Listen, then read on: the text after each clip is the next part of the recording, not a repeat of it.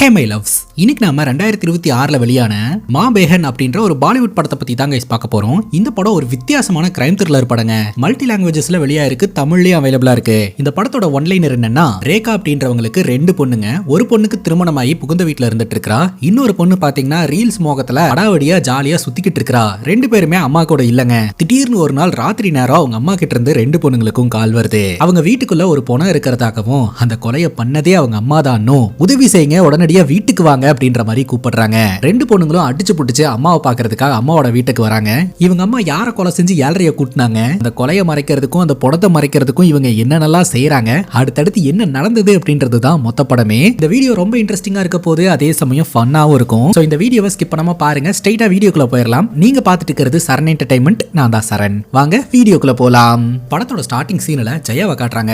ஜெயா தன்னுடைய ஹஸ்பண்டுக்கு தெரியாம ஐவிஎஃப் ட்ரீட்மெண்ட் பண்றதுக்காக ஹாஸ்பிட்டலுக்கு வந்திருக்கா. டாக்டர் உள்ள வர சொல்றாங்க. அது எப்படி ஹஸ்பண்டுக்கு தெரியாம ஐவிஎஃப் ட்ரீட்மெண்ட் பண்ணுவீங்க அப்படின்னு கேட்க, டெஸ்ட் பண்றதுக்காக எப்படி சாம்பிள் எடுத்துட்டு வந்தனோ அதே மாதிரி தெரியாம நான் எடுத்துட்டு வந்துருவோம் டாக்டர், எனக்கு ஐவிஎஃப் ட்ரீட்மெண்ட் கொடுத்து என்ன பிரெக்னென்ட் ஆக்குங்க அப்படின்னு சொல்ல, இதெல்லாம் பெரிய பிரச்சனை ஆயிரும் அப்படின்ற மாதிரி சொல்ல, அந்த நேரம் பார்த்து நம்ம ஜெயாவோட மாமனார் கிட்ட இருந்து கால் வருது. இங்க பாருமா, வீட்டுல வேலைக்காரி போடுற டீ எல்லாம் என்னால குடிக்க முடியாது, நீ போடுற டீ தான் எனக்கு பிடிக்கும், அதனால எங்க போன அப்படின்ற மாதிரி கேட்க, இதோ மாமா 5 நிமிஷத்துல வந்துருவேன், பக்கத்துல இருக்கக்கூடிய கோயில தான் இருக்கிறேன் அப்படின்ற மாதிரி பேச பேச போனை கட் பண்றாங்க. ஜெயாவோட நடவடிக்கை எல்லாம் பார்க்கும்போது டாக்டருக்கு சம்திங் ராங்னு தோணுது. ஏதாவது வில்லங்கத்துல மாட்டி விட்டானா என்ன பண்றது அப்படின்ட்டு, ஒன்னு பண்ணுங்க, உங்க புருஷனை கூட்டு வாங்க, ஐவிஎஃப் பண்ணிக்கலாம் அப்படிங்கும்போது, மேடம் தயவு பண்ணி எனக்காக ஐவிஎஃப் ட்ரீட்மெண்ட் பண்ணுங்க, நான் குட் நியூஸ் போய் என்னோட ஹஸ்பண்ட் கிட்ட சொன்னா கடவுள் கொடுத்த வரம் அப்படின்னு நினைப்பாரு, ஆக்சுவலா அதுதானே உண்மை, ப்ளீஸ் மேடம் அப்படின்ற மாதிரி கெஞ்ச, சரி ஓகே சாம்பிள்ஸ் கொண்டு வாங்க அப்படின்ற மாதிரி சொல்ல, ஜெயா கேட்கிறா இதுக்கு எவ்வளவு மேடம் செலவாகும் அப்படின்னு சொல்லிட்டு, ஒரு 5.5 லட்சம் ரூபாய் செலவாகும் அப்படின்னு சொல்ல, ஜெயாவுடைய மூஞ்சியே சுருங்கிருதுங்க. அங்க கட் பண்ணா நம்ம ஜெயாவுடைய அம்மாவை நம்ம கிட்ட காட்டுறாங்க. ஜெயாவுடைய அம்மா பேரு ரேகாங்க. அவங்க இந்த வயசுல கூட பாக்குறதுக்கு ரொம்ப இளமையா இருப்பாங்க, அதுக்கு ஏத்த மாதிரி தான் ட்ரெஸ் பண்ணிப்பாங்க.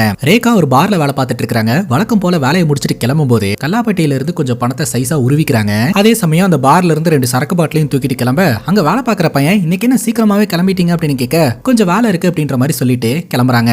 இப்ப நம்ம ரேகாவுடைய 2வது பொண்ணை காட்டுறாங்க. அந்த பொண்ணுடைய பேரு சுஷ்மாங்க. சுஷ்மாவை பத்தி சொல்லணும் அப்படின்னா ரீல்ஸ் அடிக்ட். தனியா உட்காந்து ரீல்ஸ் போட்டா கூட யாருக்கும் எந்த பாதிப்பும் இல்ல.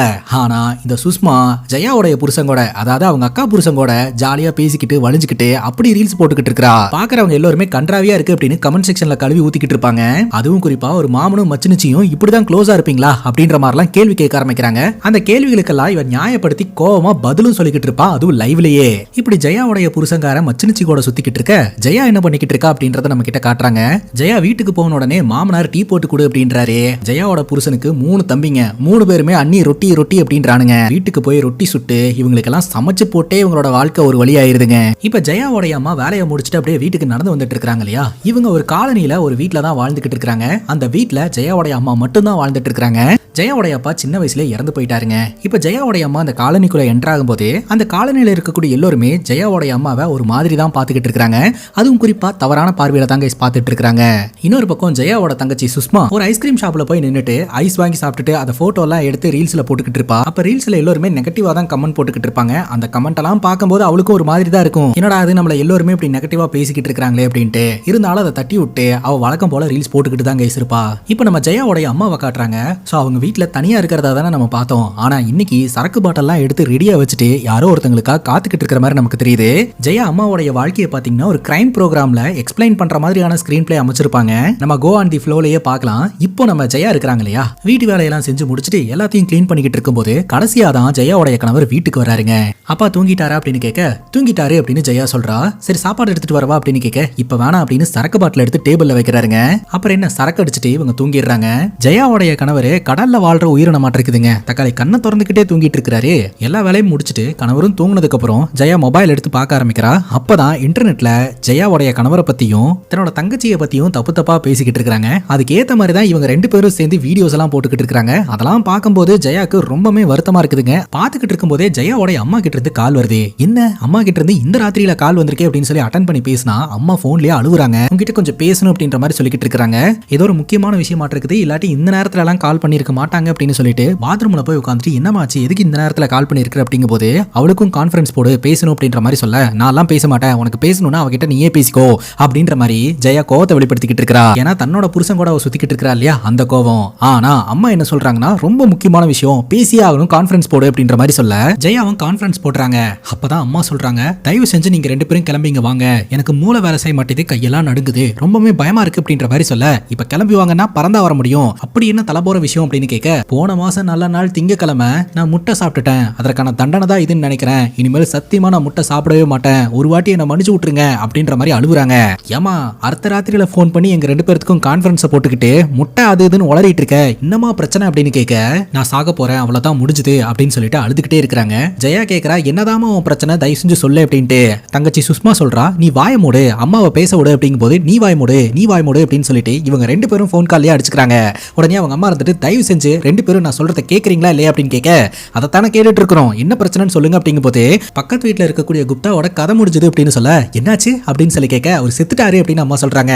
அவர் செத்துட்டாருன்னா நீ ஏமா அழுதுகிட்டு இருக்க, போதாத குறைக்கு கான்ஃபரன்ஸ் கால் போட்டு எங்க உயிரை வேற வாங்கிட்டு இருக்க அப்படின்னு சொல்ல அவர் செத்ததே நம்ம வீட்டுல அப்படின்னு சொல்ல இந்த 2 பொண்ணுங்களுக்கு தூக்கி வாரி போட்டுருது. ரேகா சரக்கு பாட்டில எடுத்துட்டு வந்து யாருக்காவது காத்துட்டு இருக்கிற மாதிரி நம்ம பார்த்தலையா, அது வேற யாருக்காகவும் கிடையாது, பக்கத்து வீட்டு குப்தாக்காக தான். குப்தா வீட்டுக்கு வந்திருக்கிறாரு, அங்க ஏதோ ஒரு சம்பவமா இருக்கு, ஜெயாவோட அம்மா 7:30 கூட்டிட்டாங்க, இப்போ ஒரு பணமா அந்த வீட்டுக்குள்ள இருந்துட்டு இருக்காரு. இந்த மர்டர் விஷயம் மட்டும் வெளியில தெரிஞ்சது அப்படின்னா ரேகா ஜெயிலுக்கு போக வேண்டியதுதான். இதுல ட்விஸ்ட் என்ன அப்படின்னா குப்தாவோடைய பொண்ணுக்கு திருமணம் அப்படின்னு சொல்லிட்டு வீட்டுல திருமணத்துக்கான ஏற்பாடெல்லாம் நடந்துட்டு இருக்கு, சொந்தக்காரங்க எல்லாம் வந்துட்டும் போயிட்டு இருந்துட்டு இருக்காங்க. இந்த மாதிரியான ஒரு சூழ்நிலையில இப்படி ஒரு சம்பவங்க. ரேகாவுடைய கதையை நம்ம கிட்ட சொல்ல ஆரம்பிக்கிறாங்க.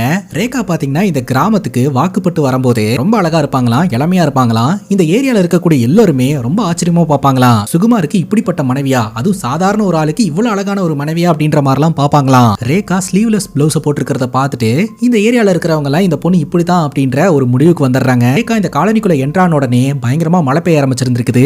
ரேகா இங்க இருக்கக்கூடிய ஆண்கள் எல்லாருமே QR கோட ஸ்கேன் பண்ற மாதிரி ஸ்கேன் பண்ணி வச்சிருந்தாங்க அப்படின்ற மாதிரி சொல்றாங்க.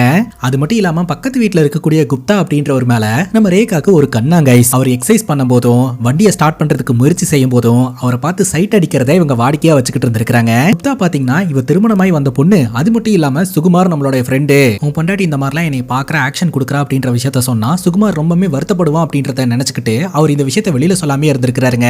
ஆனா ரேகா தொடர்ந்து அந்த காலனில இருக்கக்கூடிய ஆண்களை செடியூஸ் பண்றதுக்கு முயற்சி செஞ்சுக்கிட்டு இருந்ததா சொல்றாங்க. அதுவும் குறிப்பா ரேகாவுடைய கணவரை பாத்தீங்கன்னா பால்கனில கூட்டிட்டு வந்து உட்கார வச்சு அவருக்கு மசாஜ் பண்ணி விடுற மாதிரி அங்க இருக்கக்கூடிய காலனி பசங்களையும் குப்தாவையும் பார்த்து கண் அசைச்சுக்கிட்டு ஆக்ஷன் காமிச்சுக்கிட்டே இருப்பாங்க. ரேகாவை பார்க்கணும் அப்படின்றதுக்காகவே நிறைய பசங்க இந்த வீட்டை சுத்தி சுத்தி வந்துகிட்டு இருப்பானுங்களாம். அது மட்டும் இல்லாம திருமணமான 7வது மாதத்திலேயே ரேகாக்கு ஜெயா அப்படின்ற பெண் குழந்தை பிறக்குது. அது எப்படி 7வது மாதத்திலேயே குழந்தை பிறக்கும் அப்படின்னு சொல்லிட்டு ரேகாவுடைய கேரக்டர் ரொம்ப மோசமான கேரக்டர் அப்படின்னு பேச ஆரம்பிச்சிருந்திருக்காங்க. இந்த ஒரு சூழ்நிலையில வீட்டுல ஷார்ட் சர்க்யூட் ஆகி ரேகாவுடைய கணவரும் மாமியாரும் இறந்து போயிடுறாங்க. இவங்க 3 பேர் தான் இந்த வீட்டுல வாழ்ந்து வந்துகிட்டு இருந்திருக்காங்க. சோ இப்போ ரேகா மட்டும் தனியாலாம் அந்த வீட்டுல இருக்காங்க. இறுதி சடங்குக்கு நிறைய பேர் வந்துட்டும் போயிட்டு இருந்துட்டு இருக்காங்க. இவங்களுடைய பொருளாதார சூழ்நிலையின் காரணமா ரேகா வாழ்ந்துட்டு இருக்கக்கூடிய வீட்டை பாத்தீங்கன்னா பக்கத்து வீட்டுல இருக்கக்கூடிய குப்தா கிட்ட அடமானமா வச்சு பணம் வாங்கி இருந்திருப்பாங்க. இறுதி சடங்குல கலந்துக்கிறதுக்காக குப்தா வந்திருப்பாருங்க. வேணுனே ரேகா பாத்தீங்கன்னா குப்தாவோட கையெல்லாம் பிடிச்சு அந்த ஒரு சூழ்நிலையிலையும் செட்யூஸ் பண்றதுக்கு முயற்சி பண்ணிக்கிட்டு இருப்பாங்க.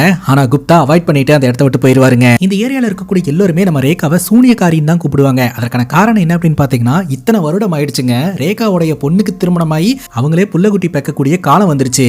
ஆனா இப்பவும் பாத்தீங்கன்னா வாக்குப்பட்டு வரும்போது இவங்க எப்படி இருந்தாங்களோ அதே மாதிரியே இருந்துகிட்டு இருக்காங்க. சோ இவங்களோட இளமை குறையவே இல்ல. அதனாலயே பாத்தீங்கன்னா இவன் மந்திரம் எல்லாம் போட்டு தான் இதெல்லாம் பண்ணிக்கிட்டு இருக்கா அப்படின்ற மாதிரி பேசிட்டு இருக்காங்க. அது மட்டும் இல்லாம இவ பின்னாடி சுத்திட்டு இருக்கக்கூடிய பசங்களை எல்லாம் கொடூரமான முறையில கொலை செஞ்சு அவங்க வீட்டுக்கு வெளியிலேயே புதைச்சு அது மேல சாமந்தி பூக்களை எல்லாம் நட்டு வச்சு அதுக்கு தினமும் தண்ணி பாய்ச்சிக்கிட்டு இருக்கிறதாகவும் ஒரு டாக் இருந்துகிட்டு இருக்குதுங்க.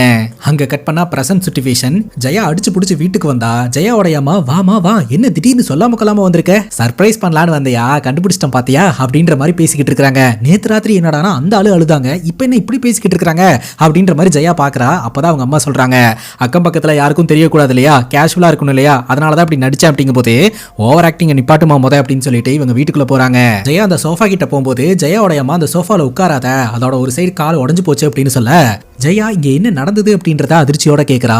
அதுவா, அன்னைக்கு வீடு சுத்தம் பண்ணிட்டு இருக்கும்போது காலை தூக்குனா பட்டுன்னு உடஞ்சு போச்சு அப்படின்னு சொல்ல, ஏமா நான் அதை கேட்க கிடையாது, பக்கத்து வீட்டுக்காரனை இன் பண்ணி பின் பண்ணி வச்சிருக்கியே அதை கேட்டேன் அப்படிங்கும் போது, ஓ அதுவா அப்படின்னு ஆரம்பிக்கும் போது பட்டுன்னு டோர் ஓபன் பண்ணிட்டு சர்ப்ரைஸ் அப்படின்னு இவங்களோட ரெண்டாவது பொண்ணு கத்த ஆரம்பிச்சிடறா. ரொம்ப கேஷுவலா பேச ஆரம்பிக்கிறா. பட்டுன்னு டோர் லாக் பண்ணிட்டு வெளியில யாருக்கும் சந்தேகம் வந்துடக்கூடாது இல்லையா, அதனாலதான் இப்படி கேஷுவலா நடிச்சேன் அப்படின்ற மாதிரி சொல்றா. ஒண்ணுக்கு ஒண்ணு சரியா தான் இருக்குது அப்படின்னு சொல்லிட்டு இவங்க 3 பேருமே அந்த டெட் பாடியை பாக்குறதுக்காக போறாங்க. இந்த 2 பொண்ணுங்களுக்கும் அதிர்ச்சியா இருக்குது. அம்மா சொல்றாங்க டீ போட்டா அப்படின்ட்டு. சரின்னு சொல்லி டீ போட்டு இவங்க 3 பேரும் குடிக்கிறாங்க. அப்ப அம்மா சொல்றாங்க, உங்க அப்பா உயிரோட இருந்த வரைக்கும் உங்க அப்பனுக்கு ஒரு பட்டன் கூட நான் தைச்சு தந்ததில்லை அப்படின்ட்டு. இப்ப எதுக்குமா சம்மந்தமே இல்லாம இதை சொல்ற அப்படிங்கும் போது, பொண்ணுங்களை ஜெயில போட்டா தைக்க சொல்லுவாங்களாம், அப்புறம் ஊர்காப்பளம் செஞ்சு தர சொல்லுவாங்களாம் அப்படின்னு சொல்ல, ஏமா அமைதியா இருமா, நீ ஜெயிலுக்கெல்லாம் போக மாட்ட அப்படின்னு ரெண்டாவது பொண்ணு சொல்றா. உடனே ஜெயா சொல்றா, ஆமா ஆமா சொல்லிட்டா பாரு, அவங்க அப்பா தான் சீஃப் ஜஸ்டிஸ் அப்படின்னு சொல்ல, இங்க பாருமா தேவையில்லாம எங்க அப்பா பத்தி பேசுற வேலை வச்சுக்க கூடாதுன்னு சொல்லிரு, அப்படி மீறி பேசினா பல்ல தட்டிடுவேன் அப்படின்னு சொல்லி ஜெயாக்கும் ஜெயாவோட தங்கச்சிக்கும் ஆர்குமெண்ட் நடந்துட்டு இருக்குதுங்க. அப்பதான் தெரிய வருது, ரேகாவுடைய முதல் புருஷனுக்கு பிறந்தவங்க தான் இந்த ஜெயா, ரெண்டாவது கணவருக்கு பிறந்தவங்க தான் இந்த சுஷ்மா. முதல் கணவர் கரண்ட் ஷாக் அடிச்சு செத்து போயிட்டாரு.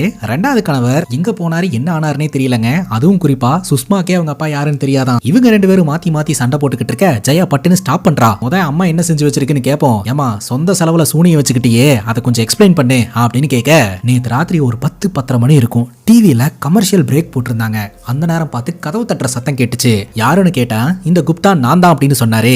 என்ன விஷயமா வந்திருக்கீங்க அப்படின்னு கேட்க, ஏதோ பெட்டு கிட்டுனா என்னன்னு எனக்கு புரியல, ஒரு வேளை அவங்க பொண்ணுக்கு கல்யாணம் ஏற்பாடு பண்ணிருக்காங்க இல்லையா, சொந்தக்காரங்க எல்லாம் வந்து தங்கறதுக்கும் தூங்கறதுக்கும் இடம் இல்லையோ, பெட்டு தேவைப்படுதோ, அதற்காக உதவி கேட்டு வந்திருக்காரோ அப்படின்னு சொல்லிட்டு கதவை திறந்தா. பட்டுனியா மேல பாஞ்சு தப்பா நடந்துக்கிறதுக்கு முயற்சி செஞ்சான். அவனை பிடிச்சி தள்ளி விட்டுட்டேன். அப்படி எங்களுக்குள்ள நடந்த ஸ்ட்ரகிளிங்ல சோஃபாவோட இடுப்புல அவன் கால் மாட்டிக்கிச்சு. அதுக்கப்புறம் அங்க இருக்கிற ஜன்னல் ஸ்கிரீனை பிடிச்சி இழுத்தான். ஸ்கிரீன் போட்டு வச்சிருந்தா அந்த ராடு கலண்டு அவன் மண்டையிலேயே விழுந்து அங்கேயே போய் சேர்ந்துட்டான். இதுதான் நடந்த விஷயம் அப்படின்னு சொல்ல, உடனே ஜெயா சொல்றாங்க, இதை மர்டரா கன்சிடர் பண்ண முடியாது, உங்ககிட்ட அவன் தப்பா நடந்துக்கிறதுக்கு முயற்சி செஞ்சிருக்கான், நீ செல்ஃப் டிஃபென்ஸ் பண்ணிருக்க, அதன் மூலமா அவன் இறந்து போயிருக்கான், அதனால நம்ம போலீஸ் கிட்ட போயிடலாம், இந்த விஷயத்தை எக்ஸ்பிளைன் பண்ணாலே நம்மள ஃப்ரீ பண்ணி விட்டுருவாங்க அப்படின்னு சொல்ல, ரெண்டாவது பொண்ணு குறுக்கிட்டுறா. ஆமா ஆமா இவ போய் மான வேட்டையாடுறதுக்காக சிங்கம் வந்துச்சு அப்படின்னு கதை சொன்னா இந்த காலனி ஆட்கள்லாம் நம்பிடுவாங்க பாரு, இவ சொல்ற பேச்சை கேட்டு போலீஸ் கிட்ட போனேன்னா ஜெயில போட்டு கம்பி எண்ணெய் வச்சு கழுதிங்க விட்டுருவாங்க அப்படின்னு சொல்ல, மறுபடியும் அக்கா தங்கச்சிக்கு இடையில சண்டை நடந்துகிட்டு இருக்குதுங்க. பட்டுன்னு அம்மா ஸ்டாப் பண்றாங்க, தயவு செஞ்சு நிப்பாட்டுங்க, போலீஸ்க்கு போற பிளான் இல்ல, ஃபர்தரா வேற என்ன பண்ணலாம் அப்படின்னு யோசிக்கலாம் அப்படின்னு முடிவெடுக்கிறாங்க. அம்மா சொல்றாங்க, என்கிட்ட ஒரு ஐடியா இருக்குது, குப்தாவை கார்னர் பண்ணி கிளியர் பண்ணி பெட்ஷீட்டுக்குள்ள சுருட்டி காருக்குள்ள உருட்டி பக்கத்துல இருக்கக்கூடிய கால்வாயில தூக்கி போட்டு வந்துடலாம் அப்படின்னு சொல்ல, என்னமா நீ டிவி நிகழ்ச்சியில வர மாதிரி பேசிக்கிட்டு இருக்க அப்படின்னு ஜெயா கேட்க, டிவி நிகழ்ச்சியில உண்மையை தானே காட்டுறாங்க அப்படிங்கும் போது, அதுக்கு தான் கார் எடுத்துட்டு வர சொன்னியா, அதெல்லாம் முடியவே முடியாது அப்படின்னு ஜெயா சொல்ல, வேற என்ன செய்ய சொல்ற, ஒரு 5,000 வீட்டுக்கு வர சொல்லி குடும்பத்தோட சேர்ந்து கருமாதி பண்ணுவோமா அப்படின்னு கேட்க, ஜெயாக்கும் ஜெயாவோட அம்மாக்கும் ஆர்குமெண்ட்டுங்க. பட்டுன்னு ரெண்டாவது பொண்ணு, ஏம்மா நீ வாட்டுக்கு வீட்டுக்கு வந்த குப்தாவை துள்ள விட்டு கொல்ல விட்ட, குப்தா ஆன்டி குப்தாவை தேட மாட்டாரா அப்படின்னு கேட்க, இவங்க 3 பேருமே ஷாக்கிங்கா பாத்துட்டு இருக்காங்க. அங்க கட் பண்ணா குப்தாவோட மனைவி காலங்காத்தால கொஞ்சம் லேட்டா தான் எழுந்திருக்காங்க. ராத்திரி ஃபுல்லா குப்தா வீட்டுக்கு வரல அப்படின்ற விஷயமே குப்தாவோட மனைவிக்கு தெரியல போல. காலங்காத்தால சீக்கிரமாவே எழுந்திருச்சு ஒரு ஜாகிங் போயிட்டு தான் நினைச்சுக்கிட்டு இருக்காங்க. குப்தாக்கு ஒரு பையனும் பொண்ணு இருந்துட்டு இருக்காங்க. குப்தாவோட பையன் காலங்காத்தாலேயே தலையில எனத்தையோ சொருகிட்டு படிச்சுக்கிட்டு இருக்கான். இப்ப குப்தா ஆண்டி இருக்காங்க இல்லையா, இன்னும் குப்தா வீட்டுக்கு வரவே இல்லை அப்படின்னு சொல்லிட்டு குப்தாக்கு போன் அடிக்கிறாங்க. அந்த போன் பாத்தீங்கன்னா இவங்க வீட்டுக்குள்ள வைப்ரேட் ஆயிட்டு இருக்குது. ஆனா எங்க வைப்ரேட் ஆயிட்டு இருக்குதுன்னு தெரியல. அந்த பக்கமும் இந்த பக்கமும் இந்த 3 பேரும் தேட ஆரம்பிக்கிறாங்க. ஒரு கட்டத்துக்கு மேல ஒரு கபோர்டு கீழே அந்த மொபைல் போன் கிடைக்குதுங்க. போன் கால் அட்டன் பண்ணாம அவங்க மனைவி அனுப்பிச்சிருக்கிற வாய்ஸ் மெசேஜ ப்ளே பண்றாங்க. அப்பதான் தெரிய வருது, நேத்து ராத்திரி குப்தா தன்னோட மனைவி கூட சண்டை போட்டுட்டு தான் வீட்டை விட்டு வெளியில வந்திருக்காரு அப்படின்ட்டு. ஆக்சுவலா அவங்க பொண்ணோட கல்யாணத்துக்கு லதா அப்படின்ற ஒருத்தங்களை அவர் இன்வைட் பண்ணலாம்னு சொல்லி இருந்திருக்காரு. ஆனா அந்த லதாவை குப்தாவோட மனைவிக்கு பிடிக்கல போலங்க. நீங்க என்ன சொன்னாலும் அவங்களை இன்வைட் பண்றதுக்கு நான் அக்செப்ட் பண்ணிக்கவே மாட்டேன் அப்படின்ற மாதிரி சண்டை போட்டா அப்படியே போயிருவீங்களா, போனும் பண்ண மாட்டீங்க, மெசேஜும் பண்ண மாட்டீங்க, எப்பதான் வீட்டுக்கு வருவீங்க, நான் எல்லாத்தையும் பார்த்துட்டு தான் இருக்கிறேன், நான் அனுப்புற மெசேஜை நீங்க பாக்குறீங்கன்னு எனக்கு தெரியும், அதான் ப்ளூ டிக் விழுகுது, பதில் சொல்லுங்க அப்படின்ற மாதிரி கேட்க இவங்க 3 பேரும் பதறி போயிடுறாங்க. இப்ப ஜெயா வேற இங்க கிளம்பி வந்துட்டாங்களா. ஜெயாவோட மாமனார் வீட்டுல இருக்கிறவங்க தான் சோறுன்னு சோறு கேட்டுட்டே இருக்கிறவங்களாச்சே. மாமனார் போன் பண்றாரு, எப்ப வருவே அப்படின்னு கேட்கும்போது அப்படி இப்படின்னு ஏதோன்னு சொல்லி நாள் கடத்த பாக்குறாங்க. ஆனா மாமனார் பேசுறாருங்க, உனக்கு குழந்தை குட்டின்னு ஏதாவது இருந்துச்சுன்னா எங்களை எல்லாம் இப்படி விட்டுட்டு போயிருப்பியா அப்படின்ற மாதிரி எல்லாம் கேட்டுக்கிட்டு இருக்காரு. மாமனார் கிட்ட பதில் சொல்றதுக்கே ஜெயா ரொம்பவே பயப்படுறா. இந்த ஒரு சூழ்நிலையில கேட்டு கிட்ட ஒரு போலீஸ் ஆபீசர் வந்து நிக்கிறாருங்க. அந்த போலீஸ் ஆபீசரோட பேரு மகேஸ்வரி. ஆனா ஆமாங்க அப்படிதான் பேர் வச்சிருக்காங்க. அவரை பார்த்ததும் ஜெயா பயங்கரமா பம்ப ஆரம்பிச்சிடுறாங்க. சார் சார் ப்ளீஸ் சார் மன்னிச்சு விட்டுருங்க சார் அப்படின்ற மாதிரி கெஞ்ச ஆரம்பிக்கிறாங்க. பட்டுன்னு அந்த போலீஸ் ஆபீசர் கண்ணாடியை கழட்டிட்டு, அட நான் தான் உன் ஃப்ரெண்டு அப்படின்ற மாதிரி சொல்ல, அட மகேஸ்வரி நீயா அப்படின்ற மாதிரி ஜெயா பேச ஆரம்பிக்கிறா. அப்பதான் தெரிய வருது, மகேஷ் அப்படின்ற இந்த போலீஸ் ஆபீசரும் ஜெயாவும் ஒன்னா படிச்சவங்க அப்படின்ட்டு.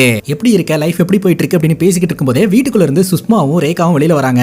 ரேகா ஆண்டி சுஷ்மாவும் வந்திருக்காளா, சூப்பர் அப்படின்னு சொல்ல, ஆமா 2 பொண்ணுங்களும் சர்ப்ரைஸ் பண்ணிட்டாங்க அப்படின்னு ரேகா சொல்றாங்க. காமிக்கிறாங்க. ஆப்போசிட் வீட்டுக்குள்ள இருந்து குப்தாவோட மனைவி மகேஸ்வரி, இது உன் பொண்ணோட கல்யாணம் மாதிரி நீ தான் பார்த்து எல்லாம் பண்ணணும், எந்த சொதப்பலும் நடந்துடக்கூடாது அப்படின்னு சொல்ல, அதெல்லாம் நான் பாத்துக்கிறக்கா, நீ ஃப்ரீயா விடு அப்படின்னு சொல்லிட்டு, ஆக்சுவலா அக்காவோட பொண்ணுக்கு நீ கல்யாணம் இல்லையா, ஃபங்க்ஷன் எல்லாத்தையுமே நான் தான் பக்கத்துல இருந்து ஆர்கனைஸ் பண்ணிட்டு இருக்கேன், நைட்டு பூஜை கூட இருக்குது, நீங்க எல்லாருமே கலந்துக்கணும் என்ன அப்படின்னு சொல்லிட்டு அவர் அந்த இடத்துல இருந்து கிளம்புறாரு. அவங்க வீட்டுல எனக்கு பூஜை போடுறாங்களோ இல்லையோ, இவங்க வீட்டுல ஆல்ரெடி பூஜை போட்டு வச்சிருக்காங்க அப்படின்றது நமக்கு தானே தெரியும். ஆல்ரெடி இவங்க வேற ஒரு பிளான போட்டு வச்சிருந்தாங்களே, இவங்க 3 பேர்த்தையும் திரட்டி அந்த ஆளை கம்பளியில சுருட்டி காருக்குள்ள உருட்டி பக்கத்துல இருக்கக்கூடிய கால்வாயில சும்மா மிரட்டி விட்டுட்டு வந்துடலாம் அப்படின்னு. ஆனா திடீர்னு அவங்க வீட்டுல பூஜை அப்படின்னு சொன்னதுனால ஆட்களோட நடமாட்டம் அங்க அதிகமா இருக்கும். இப்ப என்ன பண்றதுன்னு தெரியாம யோசனை பண்றாங்க. சரி ஏதாவது ஒண்ணு பண்ணுவோம் அப்படின்னு சொல்லிட்டு கம்பளியில சுருட்டுறதுக்காக கம்பளியை தேடிக்கிட்டு இருப்பாங்க. அப்பதான் ஜெயா பாத்தீங்கன்னா தன்னுடைய அம்மா கிட்ட, மம்மி எனக்கு கொஞ்சம் பணம் தேவை இருக்கு அப்படின்ற மாதிரி சொல்ல, அக்கௌண்ட்ல இருக்கும் எடுத்துக்கோ அப்படின்னு சொல்ல, சின்ன அமௌண்ட் இல்ல மம்மி, ஒரு 5.5 லட்சம் ரூபாய் தேவைப்படுது அப்படின்னு சொல்லி கேட்க, எதுக்கடி அவ்வளவு பணம் உனக்கு அப்படின்னு கேட்க, அது கொஞ்சம் பர்சனல் அப்படின்னு சொல்லலான்னு வரும்போது தங்கச்சிக்காரி, மம்மி குப்தா ஆண்டி கிட்ட இருந்து மெசேஜ் வந்திருக்கு அப்படின்ற மாதிரி சொல்ல, உடனடியா அந்த மெசேஜ் பாக்குறதுக்காக இவங்க போயிடுறாங்க. வந்தவங்க எல்லாருமே உன்னை கேட்டுட்டு இருக்காங்க, நீ பாட்டுக்கு என் கூட கோச்சிட்டு வீட்டை விட்டு போயிட்ட, இன்னும் வீட்டுக்கு வராம இருந்துட்டு இருக்கிற மகளுக்கு கல்யாண ஏற்பாடெல்லாம் நடந்துட்டு இருக்குது, ஒழுங்கு மரியாதையா வீடு வந்து சேரு, அப்படி நீ வரலனா காலை ஒடிச்சு தொங்க விட்டுருவேன் பே அப்படின்னு சைகையோட சொல்ல, இந்த வாய்ஸ் நோட்டை கேட்டு நம்ம சுஷ்மாவும் ரேகாவும் குபீர்னு சிரிக்க ஆரம்பிச்சிடுறாங்க. இதை பார்த்து ஜெயா டென்ஷன் ஆயிடுறா. 2 பேரும் சீரியஸ்னஸ் என்னன்னு புரியாம எழுச்சிக்கிட்டு இருக்கிறீங்க, பழைய கம்பளி துணியெல்லாம் எடுத்து கொடுங்க, செய்யறதெல்லாம் செஞ்சுட்டு கெக்க பொக்கன்னு சிரிப்பு வேற அப்படின்ற மாதிரி சொல்லிட்டு இவங்க பரபரன்னு வேலை பார்க்க ஆரம்பிக்கிறாங்க. குப்தாவோட வீட்டுல மைக் செட் எல்லாம் போட்டு ஆடலும் பாடலும் எல்லாம் நடந்துகிட்டு இருக்குதுங்க. இன்னொரு பக்கம் இவங்க 3 பேரும் சேர்ந்து அந்த டெட் பாடியை ஒரு ரூம்ல இருந்து வெளியில இருக்கிறதுக்கு முயற்சி செய்யறாங்க. அம்மா பாத்தீங்கன்னா பாடியை புடிச்சுக்கிறாரு. இந்த 2 பொண்ணுங்களும் ஆளுக்கு ஒரு காலை புடிச்சுக்கிறாங்க. உனக்கு ஒழுங்கா இழுக்க தெரியாதா அப்படின்னு சுஷ்மா கேட்க, எனக்கு எல்லாம் தெரியும், நீ உன்ற வேலையை பாரு அப்படின்னு ஜெயா சொல்றா. பதிலுக்கு சுஷ்மா திட்டுறா, மறுபடியும் பதிலுக்கு ஜெயா திட்டுறா. இப்படி 2 பேருமே அந்த டெட் பாடி முன்னாடி உட்கார்ந்துட்டு சண்டை போட ஆரம்பிச்சிடுறாங்க. தயவு செஞ்சு 2 பேருமே வாயை மூடிட்டு இந்த ஆளை இழுக்கிற வழியை பாருங்க அப்படின்னு சொல்லிட்டு இவங்க 3 பேரும் சேர்ந்து அந்த டெட் பாடி இழுக்கிறாங்க. டெட் பாடி இழுக்கிறதுக்கு அந்த முக்குறாங்க. ஆனாலும் இந்த டெட் பாடி கொஞ்சம் கொஞ்சமா தான் கைஸ் நகருது. ரேகா சொல்றாங்க, தக்காளி வெயிட்ட குறைக்கிறேன் அப்படின்னு காலங்காத்தால இந்த வழியா தான் போவான், ஜாகிங் போயிட்டு அந்த சமோசா கடையில 4 சமோசா வாங்கி வாய்க்குள்ள அமுக்குவான் பாரு, அதனாலதான் இப்ப நம்மளால இழுக்கவே முடியல அப்படின்ற மாதிரி இவங்க பேசிக்கிட்டு இருக்காங்க. ஒரு வழியா இவங்க 3 பேரும் கோஆர்டினேட் பண்ணி அந்த டெட் பாடியை பெட்ஷீட்ல வச்சு இழுத்துட்டு வந்துகிட்டு இருப்பாங்க. திடீர்னு சுஷ்மா பட்டுன்னு கீழே போட்டுருவா. என்னடி ஆச்சு அப்படின்ற மாதிரி கேட்க, எம்மா அந்த டெட் பாடி தும்முச்சு அப்படின்ற மாதிரி சொல்ல, என்னடி பைத்தியகாரத்தனமா பேசிக்கிட்டு இருக்கிற அப்படின்ற மாதிரி சொல்ல, ஏன் பாத்தீங்கன்னா இவ சொல்றது உண்மையா பொய்யான்னு பாக்குறதுக்காக கிட்ட வரும்போது அந்த மனுஷன் நல்லா புரண்டு படுக்கிறாப்லங்க. இவங்க 3 பேருக்கும் தூக்கி வாரி போட்டுருது. செத்தவன் யமலோகத்துக்கு போய் பேயா வந்துட்டான் அப்படின்ட்டு 3 பேரும் அவங்க வாயை மாத்தி மாத்தி பொத்திக்கிட்டு பயப்பட ஆரம்பிக்கிறாங்க.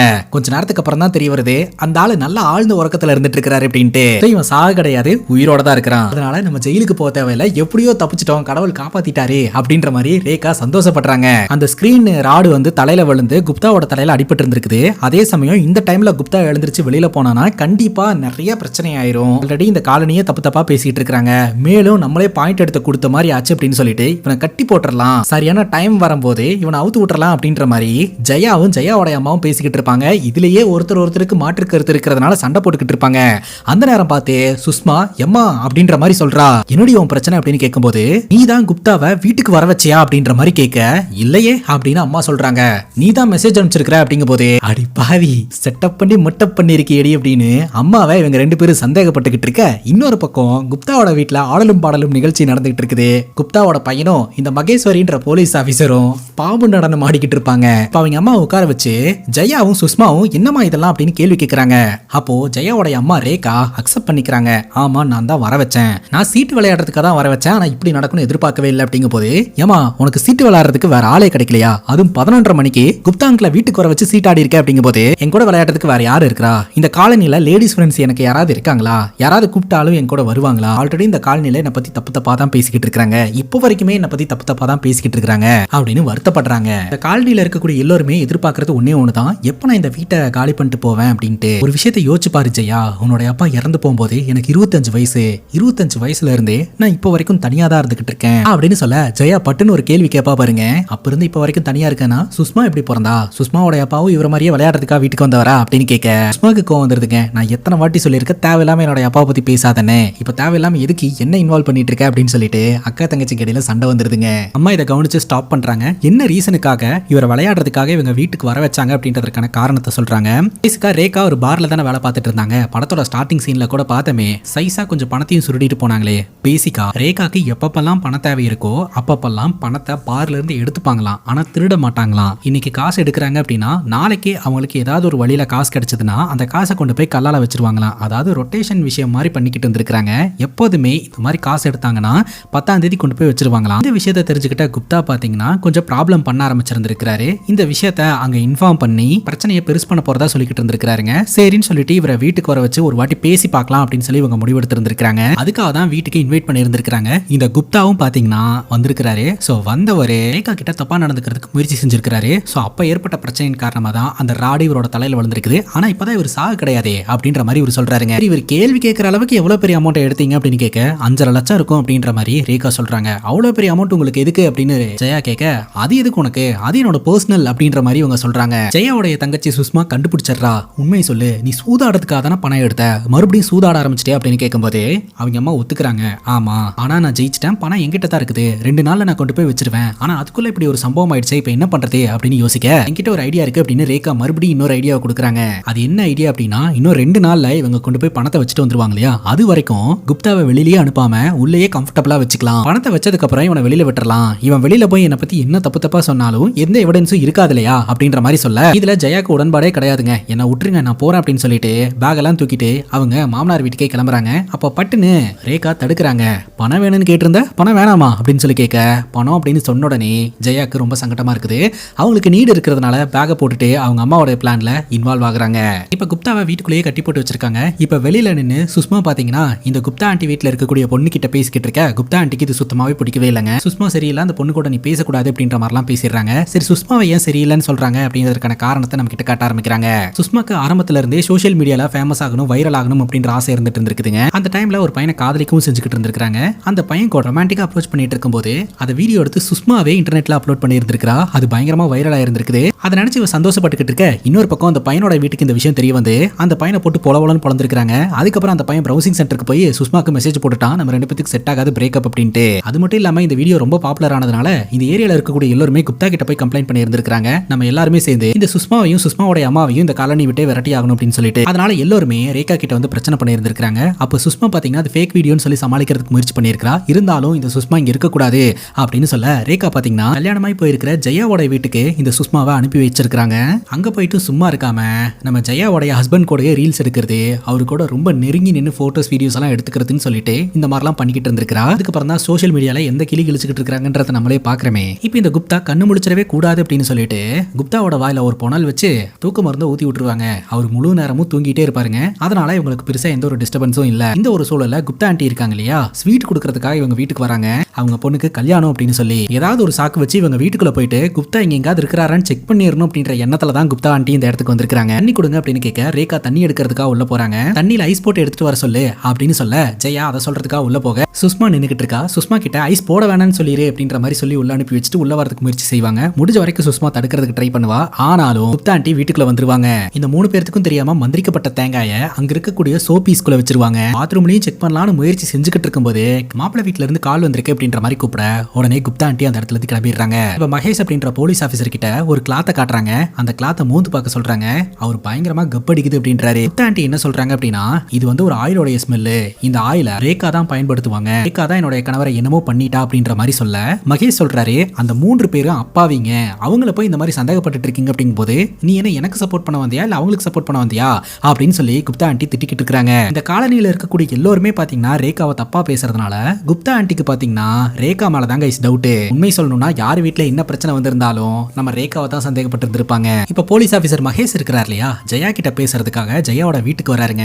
அந்த நேரம் பார்த்து தூங்குன நிலைமையில இருக்கக்கூடிய குப்தாவை ஒரு இடத்துல இருந்து இன்னொரு இடத்துக்கு இழுத்துக்கிட்டு இருப்பாங்க. அப்ப கரெக்டா மகேஷ் கதவை தட்ட அது பார்த்ததும் ஜெயா பயங்கர ஷாக் ஆயிருவா. ஜன்னல் ஓபன் பண்ணி, என்ன உங்க அக்கா எங்க வீட்டுக்கு வரதுக்கெல்லாம் பர்மிஷன் கொடுத்துட்டாங்க போல அப்படின்னு கேட்க, உங்க வீட்டுக்கு வரதுக்கு நான் எதுக்கு பர்மிஷன் வாங்கணும், நான் ஒன்னும் சின்ன பையன் கிடையாது, உங்க வீட்டுக்கு வந்து நான் டீயே குடிப்பேன் அப்படின்ற மாதிரி அவர் பேசிக்கிட்டு இருப்பாரு. ஆனா பின்னாடி அந்த குப்தாவோடைய உடம்பை இழுத்துக்கிட்டு இருப்பாங்க இல்லையா. சோ இந்த டைம்ல மகேஷ் உள்ள வந்தா பெரிய ப்ராப்ளம் ஆயிரும் அப்படின்னு சொல்லிட்டு நம்ம சின்ன வயசு ஞாபகங்களை எல்லாம் திரும்ப நினைச்சு பார்க்க, என்ன ஸ்கூலுக்கு கூட்டு போறியா அப்படின்ற மாதிரி கேட்க அவரும் சரின்னு கேட்டுருவாரு. இவங்க 2 பேரும் அந்த இடத்துல இருந்து கிளம்பிடுவாங்க. இதுதான் சான்ஸ் அப்படின்னு சொல்லிட்டு ஒரு ரூமுக்குள்ள 2 மேனிக்யூன்ஸ் இருக்குதுங்க. அதுக்கு நடுவுல இந்த குப்தாவை படுக்க வச்சிடுறாங்க.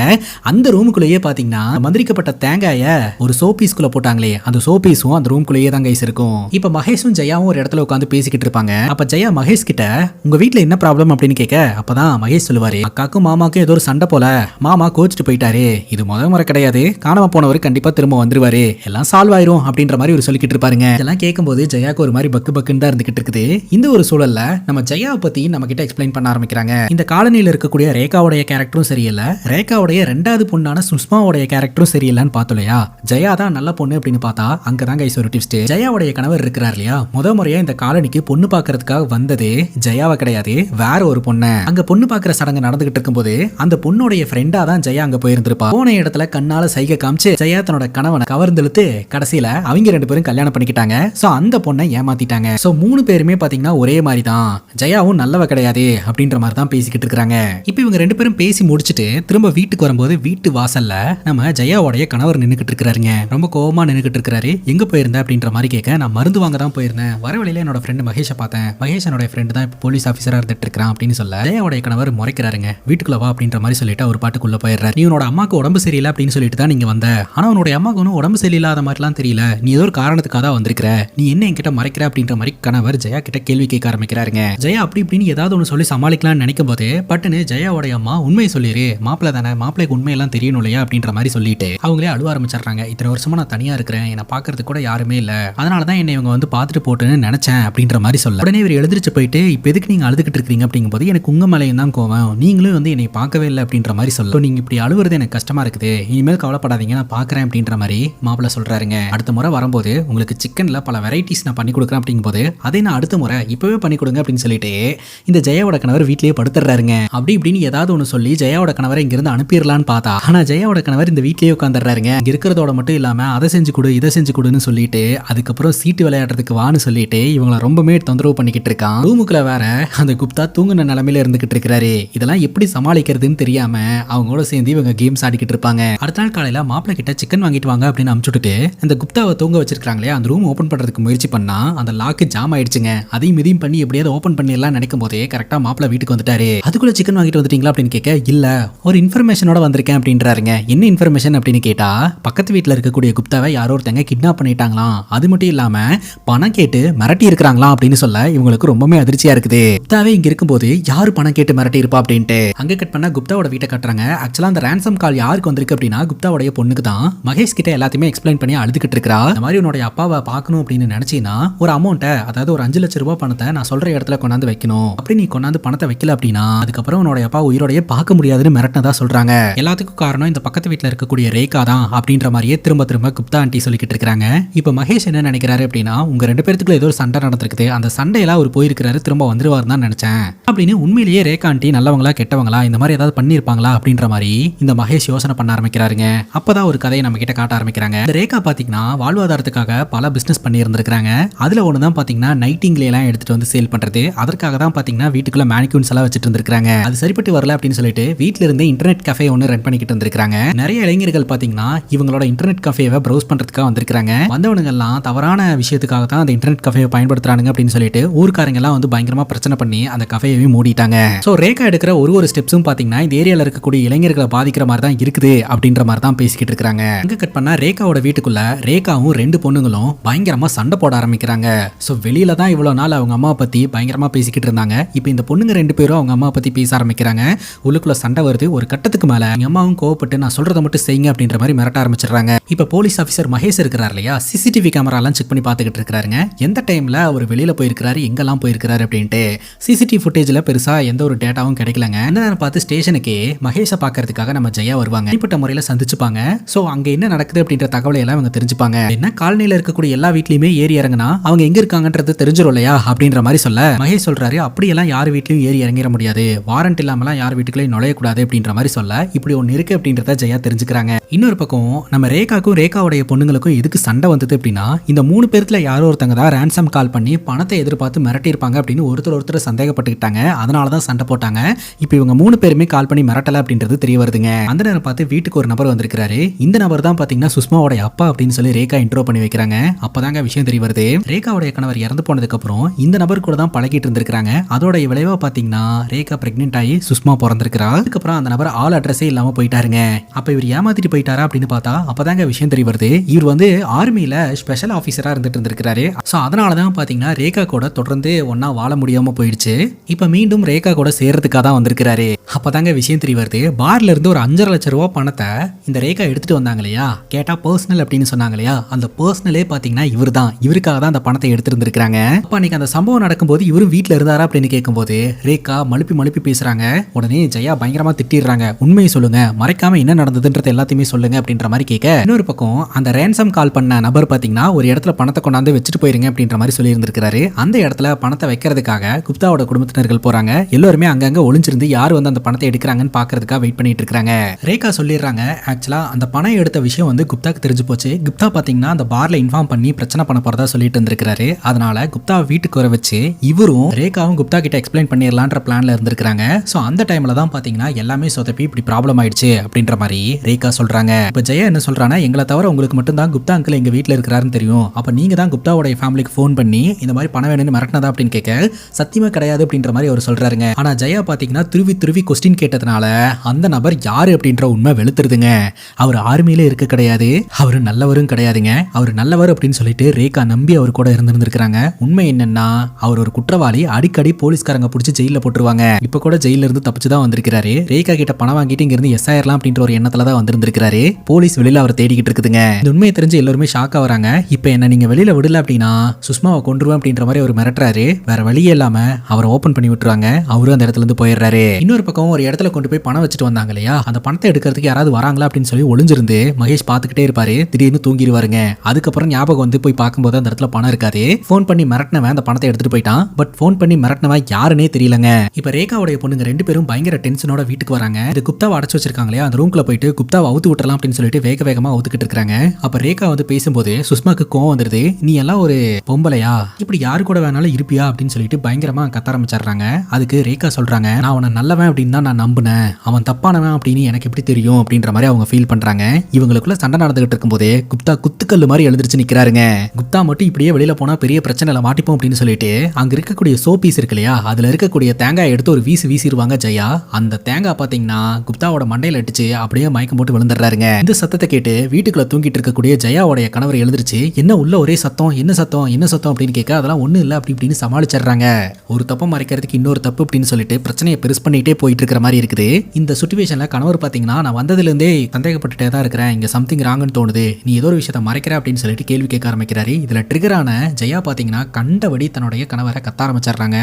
வீட்டுக்குள்ள இருந்து வாசல் வரைக்கும் வெளியில கூட்டிட்டு வந்துட்டு ஜெயாவுடைய கணவர் ஜெயாவை என்னென்னலாம் கொடுமைப்படுத்தி இருக்கிறாரு, வீட்டுல என்னென்ன பிரச்சனையெல்லாம் இருந்துகிட்டு இருக்குது அப்படின்றது எல்லாத்தையுமே வெளிப்படையா பேசுறாங்க. அது மட்டும் இல்லாம குழந்தை வேணும்னு மொத்த குடும்பமும் ஆசைப்பட்டுக்கிட்டு இருக்குது, அந்த பிரஷரும் போட்டுட்டு இருக்காங்க. பட் உண்மை என்னன்னா ஜெயாவுடைய கணவர்னால குழந்தை பெத்துக்க முடியாது. பட் அதையும் ஏதாவது ஒண்ணு பண்ணி குழந்தை பெத்துக்கலாம் அப்படின்னு சொல்லிட்டு தான் இவங்க அலமோதிக்கிட்டு இருந்திருப்பாங்க.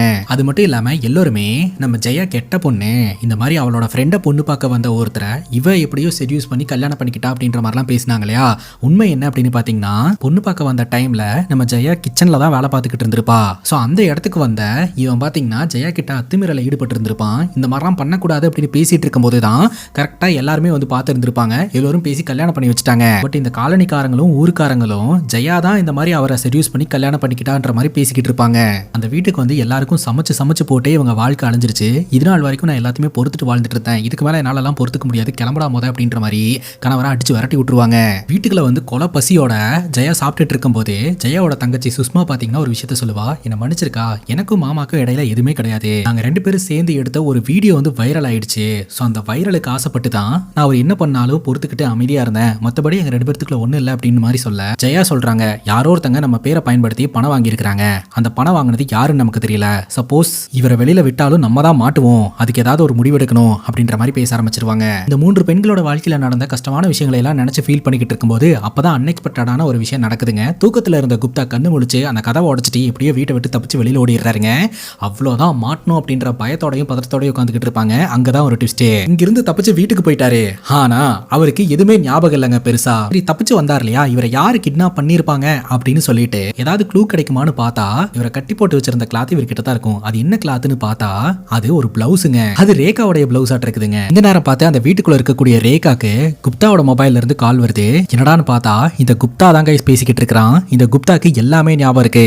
அவன் டீடைல்டா சில விஷயங்களை சொல்றான் பாருங்க. இந்த ரேகா இருக்காங்க இல்லையா, பார்ல இருந்து பணத்தை திருடி இருந்திருக்காங்க. குப்தா கையும் களவுமா பிடிச்சிருந்திருக்காரு. இதை பத்தி பேசலாம், சீட்டு விளையாடலாம் அப்படின்னு சொல்லிட்டு குப்தாவை வீட்டுக்கு வர சொல்லி இருந்திருக்காங்க ரேகா. குப்தா பாத்தீங்கன்னா ரேகா அட்ஜஸ்ட்மெண்ட்டுக்கு தான் கூப்பிடுறாங்க அப்படின்னு சொல்லிட்டு ஆசையோட கிளம்பி போயிருந்திருக்காரு. அப்படி வீட்டுக்குள்ள போகும்போது போது ரேகா கட்டையை வச்சு அடிச்சிட்டாங்க.